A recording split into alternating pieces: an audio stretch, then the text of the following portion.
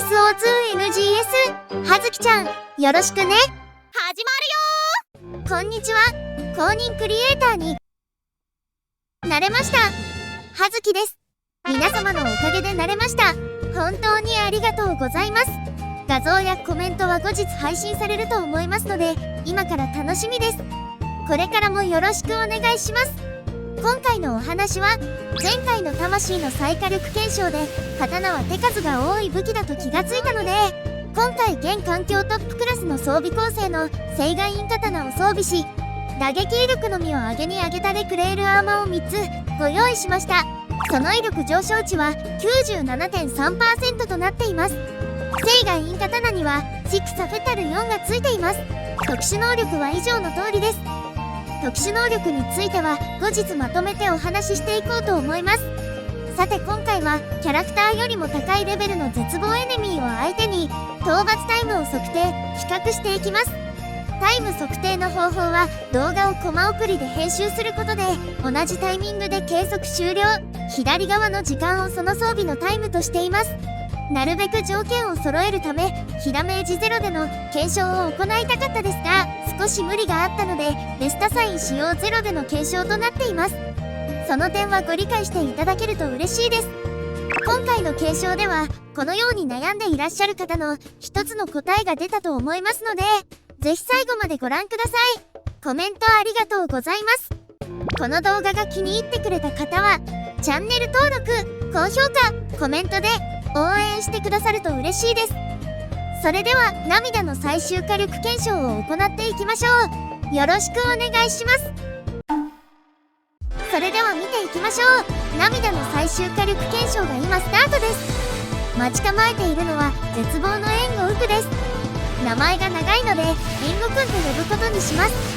それでは今回の火力検証の装備を見ていきましょう。クラスはブレイバー、ハンターです。着ているコスチュームは左側がカンナギツバキ、右側がスクール水着です。これ以降はそれぞれの装備が長いのでコスチューム名で呼ぶことにします。使用する武器は左側が青岩院刀プラス60、フィクサフェタル4付きを装備しています。右側はククロフス刀プラス60、フィクサアタック3付きを装備しています。特殊能力は以上の通りです。現環境での最新の火力検証をお届けしたかったので、両者ともにプラス60での検証になります。頑張りました。使用する防具は両者ともにレクレールアーマ3つを装備しています。特殊能力は以上の通りです。カンナ選手は打撃威力上昇のみ、威力上昇値は 97.3% となっています。威力加減は持っていません。非常に高い現環境トップクラスの威力上昇値となっています。青岩院刀の強みや特殊能力については後ほどお話ししていきます。つくみず選手は打撃威力上昇、威力加減を持っています。威力上昇値は 66.1% となっています。威力加減は 83.8% となっています。それでは現環境トップクラスのカンナ選手構成と私の努力とメセタと葉月の決勝のスクミズ選手の装備構成とでどれくらい討伐タイムの差が出るのか見ていきましょう。両者同時にダウンを取ったわ。両者同時ということは火力も同じくらいということなのでしょうか。おっと援護くん怒っています。カンナ選手大技に備えるようです。ガード成功。つくみず選手ここはガード成功。カンナ選手もここはガード成功。さあ盛り上がってまいりました。援護くん今度はつくみず選手に襲いかかる。ここはガード成功。おっとカンナ選手ここで奥の手が出たわ。援護くんが凍っている。ここでフィニッシュを決めていく。強烈な一撃をお見舞いした。いいダメージ出てますね。これは熱い。涙の最終検証にふさわしい。まさに大熱戦です。現環境トップクラスの火力の持ち主のカンナ選手相手につくみず選手が頑張っています。頑張れつくみず選手。ここでさらにカンナ選手がダウンを取ったわ。フォトンブラストで一気に削っていったわ。追いかけるようにつくみず選手もダウンを取ったわ。同じようにフォトンブラストを決めていく。これは同じくらいでダウンを取りましたが実際のところはどうなのでしょうか。時間はおよそ3分が過ぎようとしているところ、ここから一気にどちらかが決めてしまうのか。決着の時は近そうです。つくみず選手は勝てるのでしょうか。おっとこれはカンナ選手一足先に倒しきりました。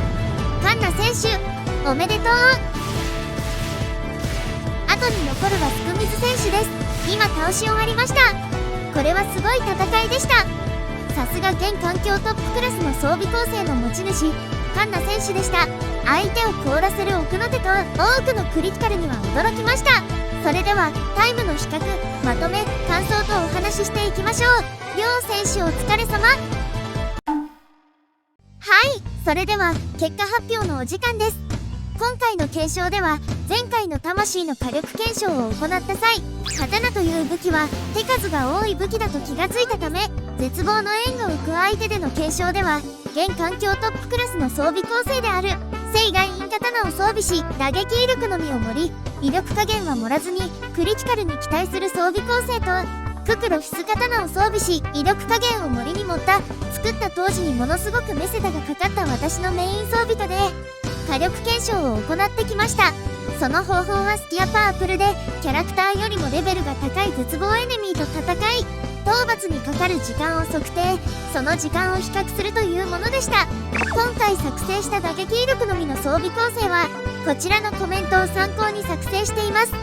コメントありがとうございます。それでは気になる結果発表です。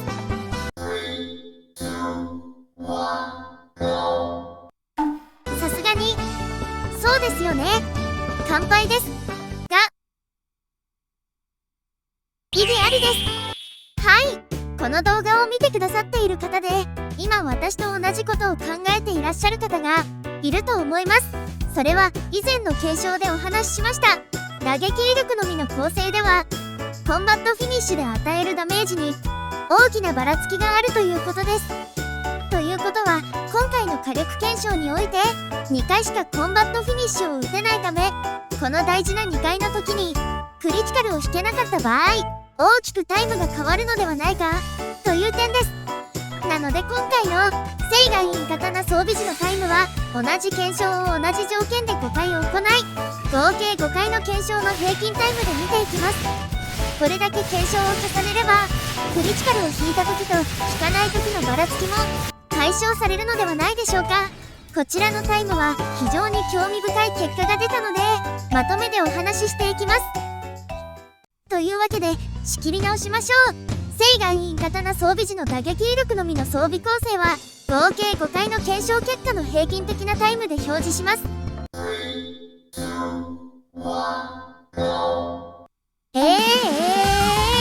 逆に速くなってる意義ありとか言ったのに恥ずかしい。すいません取り乱しました。セイガイン装備の打撃威力のみの装備構成は3分15秒ククロフィス装備の打撃威力威力加減の装備構成は3分35秒でした。私の努力とメセタと葉月の決勝のメイン装備が負けました。さすがに反論できませんね。乾杯です。これからはセイガイン装備が私のメイン装備になるのかな。それではまとめに入ります。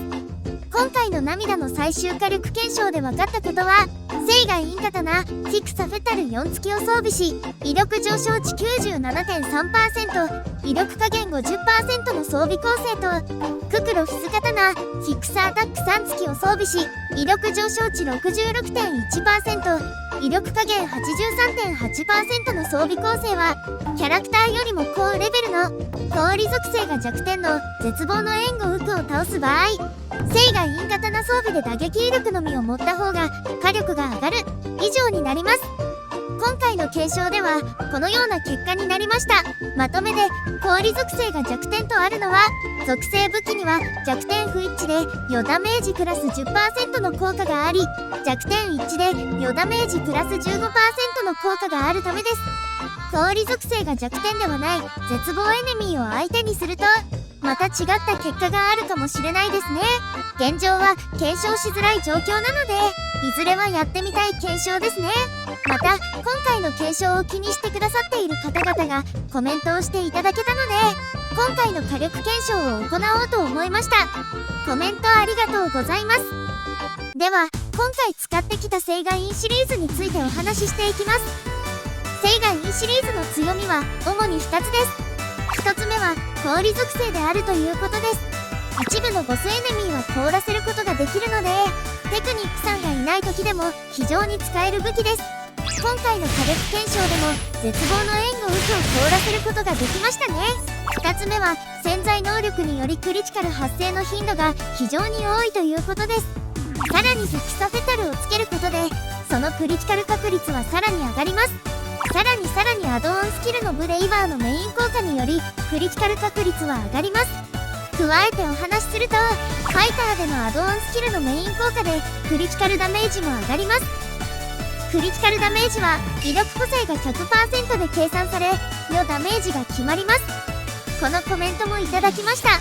コメントありがとうございます。つまりクリティカルの発生頻度が上がるということは火力が大幅に上がるということです。以上のことから打撃威力上昇のみの構成をした時には基本的に現時点ではセイガイン、セイガヨウ、ガンブレイズといったクリティカル確率を上げる武器とセットで考えるということです。この点は気をつけてくださいね。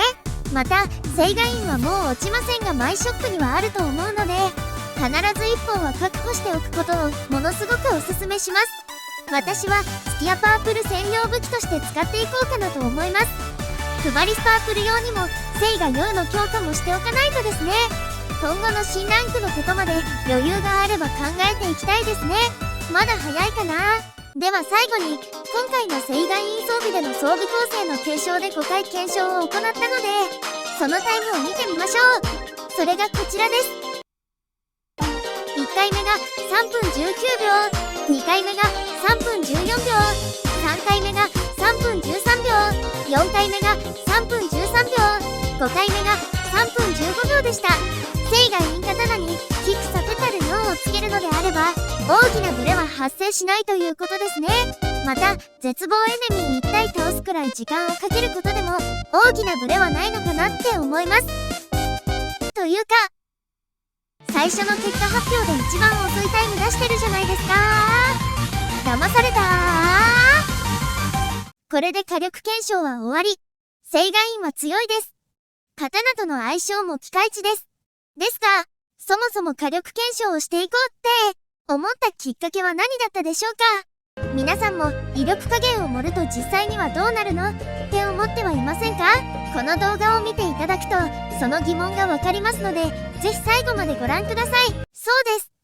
そもそもの発端は威力加減を盛るとどうなるのかです。その検証で打撃威力のみの構成と打撃威力加減の構成での検証を行いました。